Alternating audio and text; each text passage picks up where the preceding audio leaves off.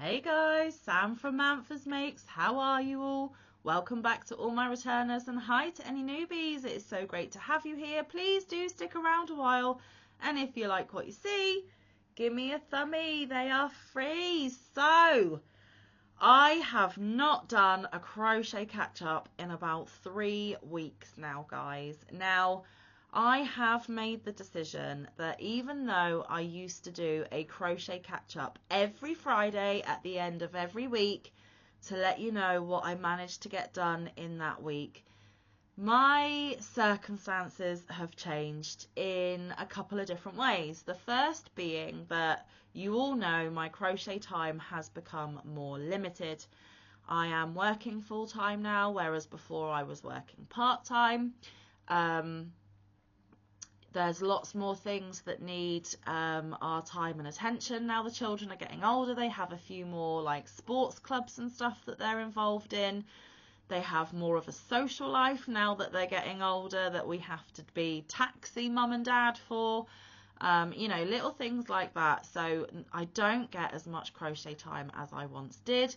And secondly, I have to allocate time for some projects that have their own sections or segments on this channel.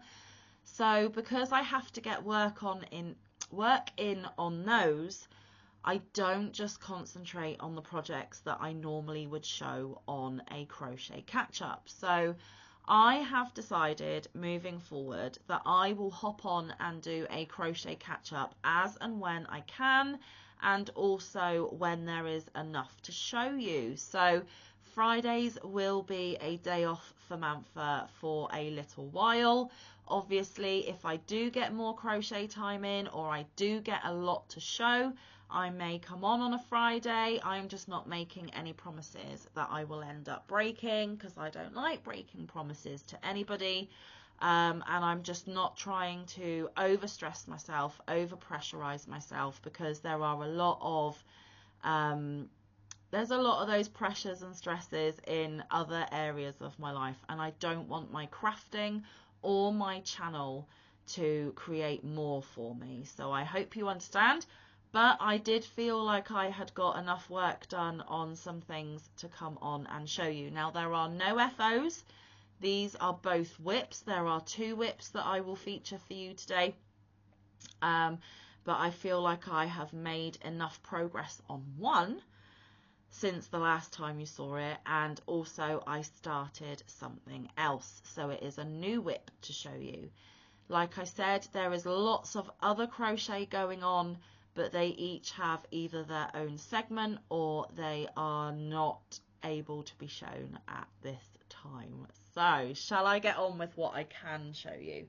Now, you may remember this, you may not, but it's okay, never fear. Manfa will fill you in on all of the details. So I did feature this in my last crochet catch up, I believe. I am making the Miss Libby shawl that Cinnamon Stitches did a tutorial for over on her channel. If you have been here for a little while, you will know that I am a big fan of Jennifer, who is Cinnamon Stitches.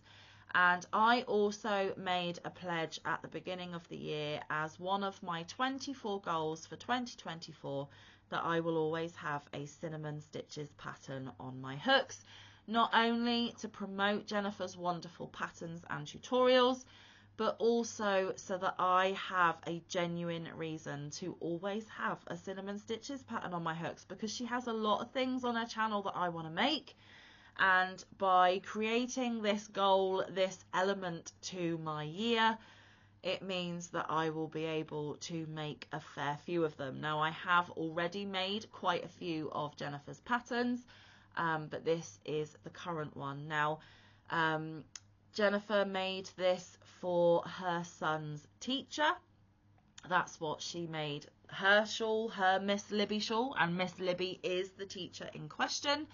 She did a couple of different ones over on her channel, and I thought one of my other goals for 2024 was that I wanted to make some more hugs for some of the people that I love and adore and consider really good friends here in these yarny streets. So this will be a hug for somebody.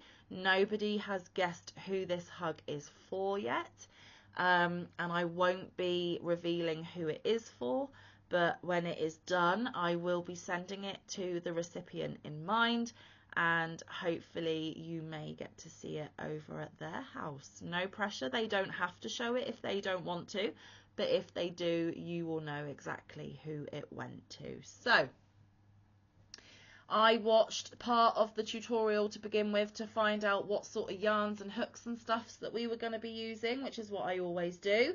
I then went to this beautiful yarnscape behind me and was umming and ahhing about what yarn I wanted to use for it, and I decided, oh, don't pull out your stitches, Manfa, no, that's why you should put a stitch marker in, but I didn't. I was umming and ahhing over which yarn I wanted to use, and then I decided on this one because it has been looking gorgeous on my shelves for long enough. It needs to be turned into something beautiful, and the recipient really does love a colour within this yarn. So that's the only hint that you are getting. So like I said, I went digging around in my yarn stash and I plucked this beauty off of my shelf.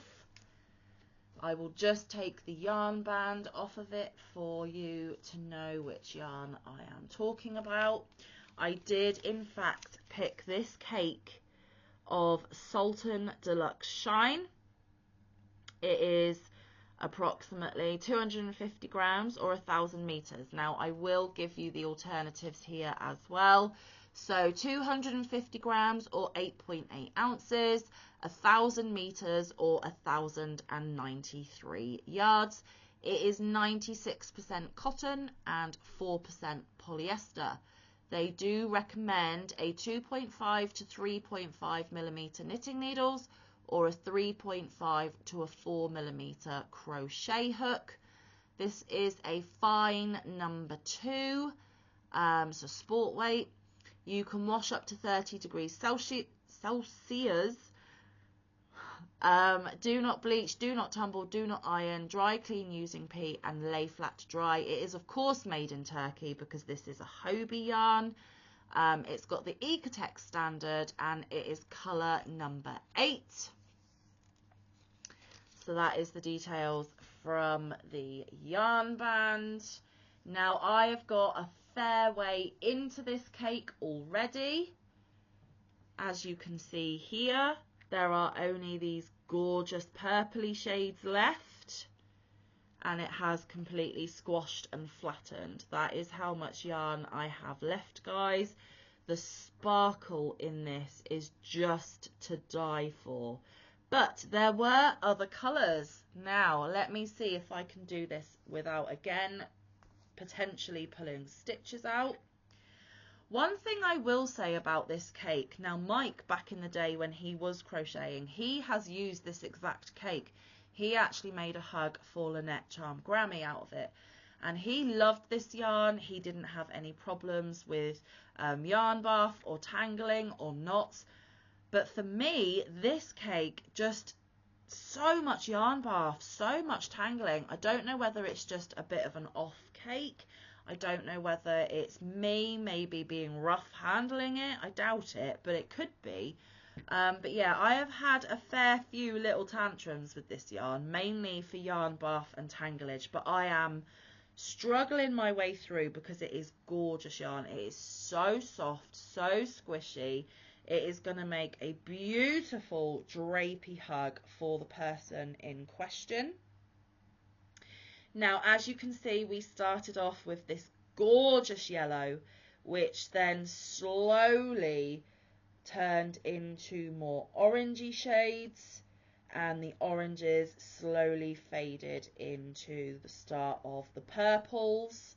Now this is going to be a very, very sizable shawl. I am approximately 5'7", 5'8" in height, and it is my wingspan. so much so that I can't get it on screen. So there you go. I've got it in my hand here, and I've also got it in my hand here. So far it is already my wingspan, and it's only going to get bigger, guys, because I am determined to get all of this yarn cake into this hug. So this hug is going to be wrap-aroundable like you just don't know it. So I don't want to be showing you the back. Let me look at my stitches. Okay, so I do have to show you the other way. So let's put the yarn this side. Let's do a little flip-de-flip. So we started off with V-stitch rows, and I did that for quite a way. And now we are on to these beautiful scallopy stitches here. Absolutely gorgeous, absolutely stunning. I love how the colour fades so subtly and nicely into the next. And the way that they do that is when it is just the one colour, it's 4 strands, and I'm holding up 3 fingers, my gosh, 4 strands. And then when they've had enough of that solid colour, they will replace 1 strand with the next colour, and then they'll swap another strand, and then finally they'll swap another strand. No, what am I doing? Okay, and then it will be the next solid colour, and then you'll do it with the next shade, and then the next shade, and then the next shade. So it's only 1 strand that changes with every colour change, which makes this seamless, gorgeous, gradual fade into the next colour that is in the cake. Now, the Miss Libby shawl is a very deep V, but Jennifer explains that she did this on purpose because Jennifer will call herself a larger lady, and sometimes triangular shawls just keep sliding off of her shoulders, so she wanted to design it with a really deep V so that when it's on her back, let's see if I can do this, or when it's on anyone's back, it goes around the back of the neck really nice, and it just, without any effort whatsoever, it literally just falls down the front. It's not going to go anywhere. You could probably do star jumps in it, and it's not going to go anywhere, guys, because, and I'm going to move the camera now, so if you get motion sick, please look away, but because that deep V is incorporated, it just naturally falls down the front of you. So there we go. There's a little look so far of where we're at. So it does need to grow a little bit to cover more of the arms, which is why I'm determined to get the majority, if not all, of that cake in. But it just, I mean, it's a bit wonky, guys, because I'm dressing myself on camera, which never goes well, but it does just naturally fall straight down the front of you. It's not going to fall off your arms at all. It is a beautiful, beautiful design. I love the stitches so far. Let me just take it off for you, and it will go to a very nice point down the back of you as well. Now I'm moving the camera again, so look away. Okay, so the camera has stopped moving. You can look back. So the last time that I showed you this shawl was where that blue stitch marker is there. So as you can see, I have managed to get a fair bit of progress into this, and I am super, super happy because I had done all of the work above that stitch marker, and I did get quite another nice chunk of it done since the last time we spoke about this. But just the sparkle and the elegance and the drape, guys, the drape is absolutely gorgeous. It's lightweight, it's soft, It's comfortable. The sparkles do not scratch against your skin. It is just absolutely gorgeous. And like I said, with the benefit of that deep V, it is going to sit on the recipient's shoulders. Super lovely. She will be able to wrap herself possibly twice. I don't know how big it will end up, but it will be very, very big. She will be able to wrap herself up in this sparkly gorgeousness and feel the love I have for her every time that she wears it. That is why we call them hugs. So that is my Miss Libby shawl. Now, I would be very, very shocked and surprised if all of you didn't already know Jennifer at Cinnamon Stitches, but just on the super rare odd chance that you have not yet acquainted yourself with the gorgeous Jennifer, then I will of course leave her channel link down in my description box. I will also leave the tutorial link down in my description box as well. It is a free YouTube tutorial over on her channel, so if you have been tempted to get one of these on your hooks, you'll be able to click that link and go straight to that tutorial to get hooking. Yeah, and I highly recommend it, guys. I'm loving the pattern. I'm loving the yarn apart from the yarn bath and the tangling. And I am loving that I am producing something beautiful for one of my yarny YouTube friends. So yes, that is the first project, and I'm also ticking off 2 of my 24 goals for 2024. I mean, how amazing. And also, when that project is done, I will be able to include it in the Stash Down 2024 because it has been in my stash since before 2024. So actually that one's a triple dip. I mean, how awesome is that?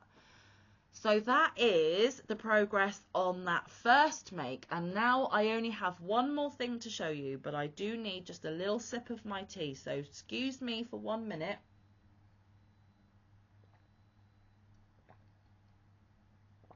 Oh, needed to wet my whistle. There we go. Now, the next thing. Some of you may know, again, if you've been here a little while, that last year, both myself and Mike took part in the blanket drive that a lot of lovelies here on YouTube were doing for Boggy Creek Camp. Now, I'm not going to go into super details about it because a lot of us already know, we've all heard it was absolutely saturating the YouTube streets, as it rightly should, because it is an awesome blanket drive. And last year I managed to make 4 blankets and Mike made 1.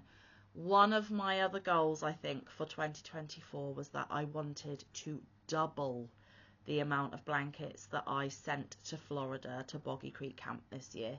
Now, you know that I have already made 2. Well, if I'm going to double my 4 to 8, then I need to get a wriggle on, because they will start collecting these blankets again in August. Now, just briefly, Boggy Creek Camp is based in Florida in the USA. It is a camp for severely, chronically ill children that wouldn't normally be able to access camp because of their intensive and complex medical needs. But this camp was created for those children specifically. They have on-site medical facilities, they have on-site medical staff, and each week it is children with all the same illness, so that they all feel like they are a united group within camp. It is absolutely gorgeous. They do provide normal camp activities such as swimming and archery and fishing, and you name it, they do it. And these kids get to experience camp when they may not have otherwise been able to do so because they won't access it. They will have all of their medical needs met while they are there because there are fully trained medical staff. There is a fully equipped medical unit, and they only take kids with conditions that they are competently and able to facilitate and accommodate. And these kids have an absolute blast. They really do. The staff and the people over at Boggy Camp Creek are life's angels, in my opinions, in order to be able to do that for the sick kids. They are just gorgeous human beings. Anyway, the kids come to camp and they will have a handmade blanket on their bed. These are the blankets that we are making, because when they have completed their stay at Boggy Creek, they get to take those blankets home as a forever memento of their time at Boggy Creek. Now, for Boggy Creek blankets, there are some stipulations. They have to be between 35 and 40 inches wide and between 40 and 50 inches long. Of course, you could get the perfect square of 40 inches by 40 inches also. Now, the people over on YouTube that are heading this up, in charge of this blanket drive, is the beautiful Nancy from She's Got Yarn Too, gorgeous Lynette from Charm Grammy Crochet, awesome Lenan from Nina's Knots Crochet, and a few others as well. Last year, people managed to raise a whopping 1,090 blankets, I believe. But the goal for this year is they would like to reach 2025, so 2,025 blankets for the year 2025. That is another reason why I wanted to up my blanket game for them and help them get that little bit closer to their target for this year. Now, if you are going to make Boggy Creek blankets, please hold on to them until they officially start collecting them. I have been washing mine and putting them in an airtight tote so that when we get to send them in, they are all ready to be shipped, all ready to go to Nancy, because we will be sending them to Nancy. Nancy is based in Florida, and that is where Boggy Creek Camp is as well. But not yet. Hold on to them, guys, until she gives you the green light. Anyway, I just needed something mindless and easy and simple to keep my hands busy while I was on a live a few weeks ago. So I just plucked a cake of yarn off of my shelf and decided to start making a continuous granny square. Just your classic bog standard granny square, nothing unique, nothing interesting. A lot of us already know how to do a granny square, and I'm just going to keep going until I reach the required size. Now, this is going to be a very bright and oddball blanket, but I am reassured that the kids that go to Boggy Creek, and I think the ages are from 6 and 17 or 7 and 17, something like that, but the brighter the better, especially for the younger kids. Now, the two previous blankets that I have made have been a little bit more subdued and toned down for maybe some of the older children, but for this one, I've literally just gone hog wild. I've gone completely crazy with this colour scheme, guys, which you will see in just a second. Now, for this blanket, I am using my 5mm Clover and More. Am I even showing you the size? No. Is it going to focus? No, because my face is there. Let's block my face. Come on.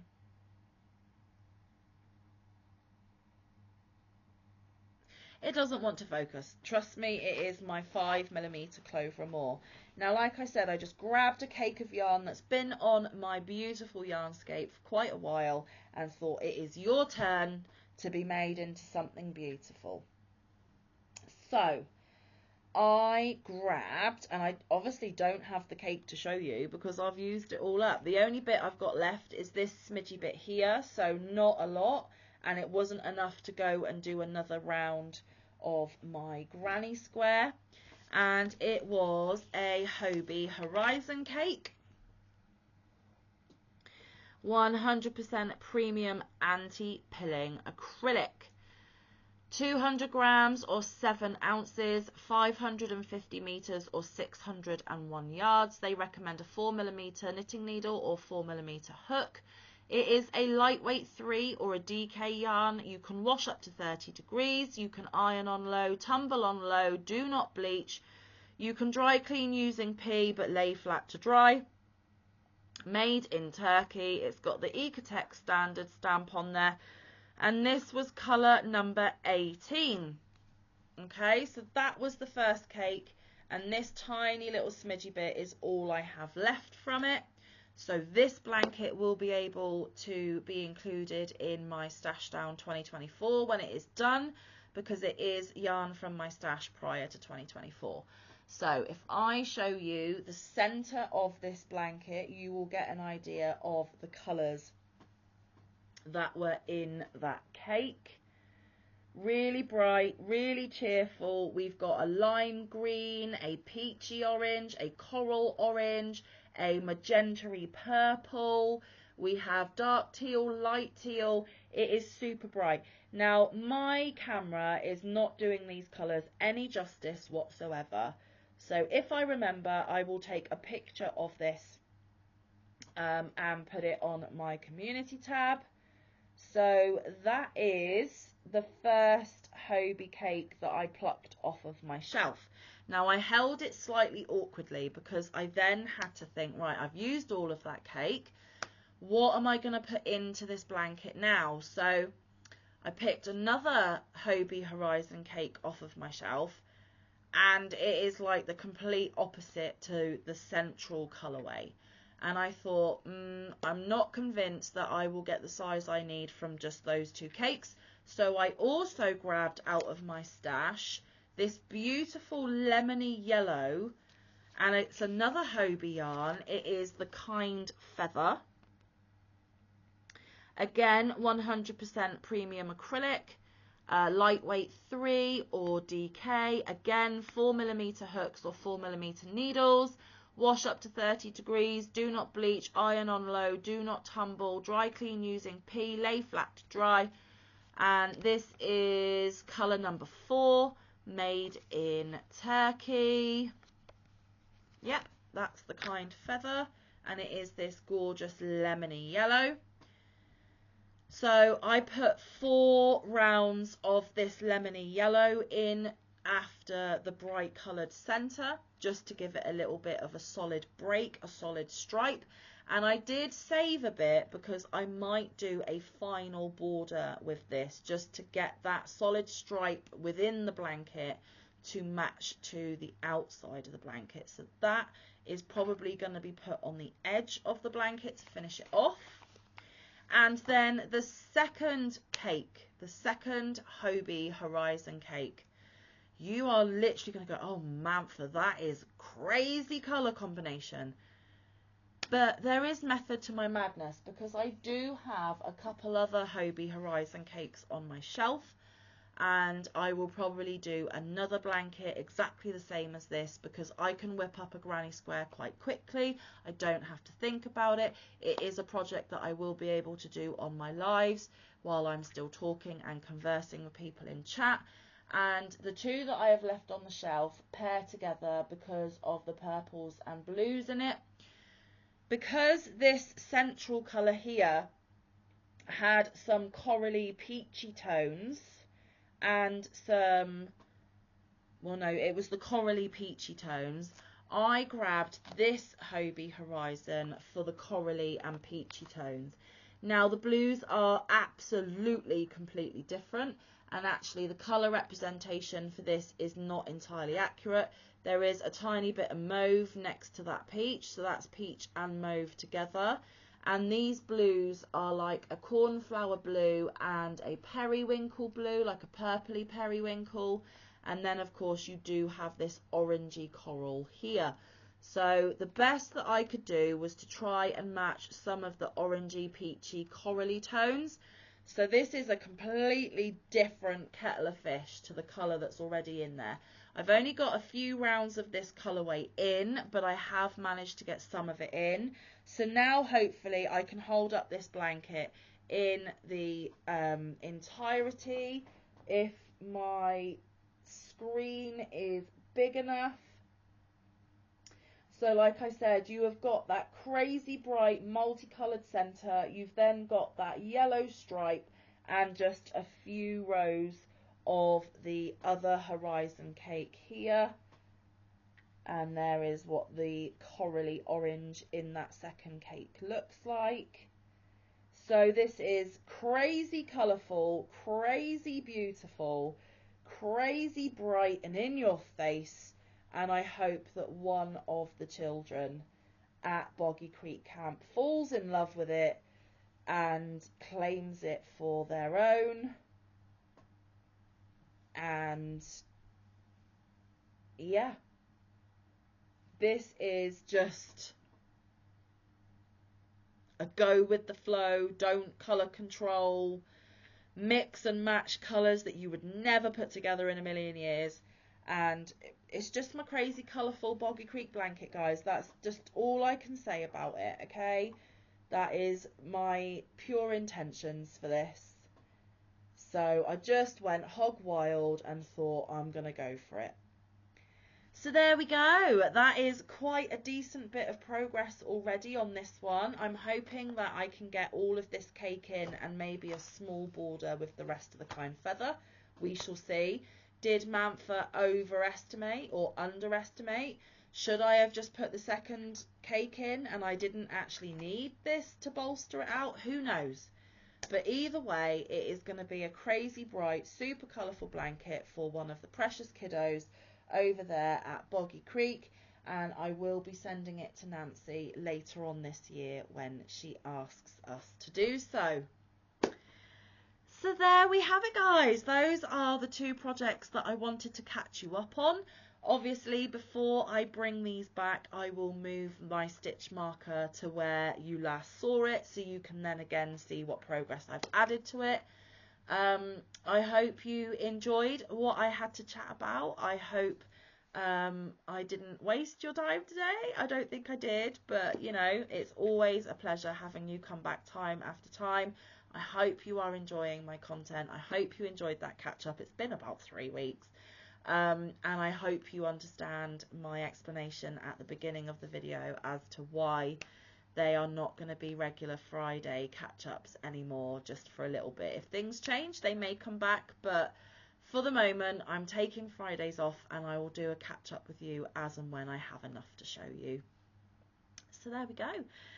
So I'm going to let you get going. Please do, of course, come back tomorrow for Tile of the Week Thursday, the penultimate tile. There will only be one left after tomorrow's, so please do come back tomorrow to see what that one turned out like. Yeah, it's exciting times here, guys, exciting times, and I thank you so much for joining me on the journey with me. But like I said, off you go and see some of your other yarny YouTube friends. I will see you back here tomorrow, but until then, stay safe, be kind, look after one another, get some good quality time in with your loved ones, and get some good quality crafting time in. I will see you in the next one or around the YouTube streets. Bye guys, love you loads.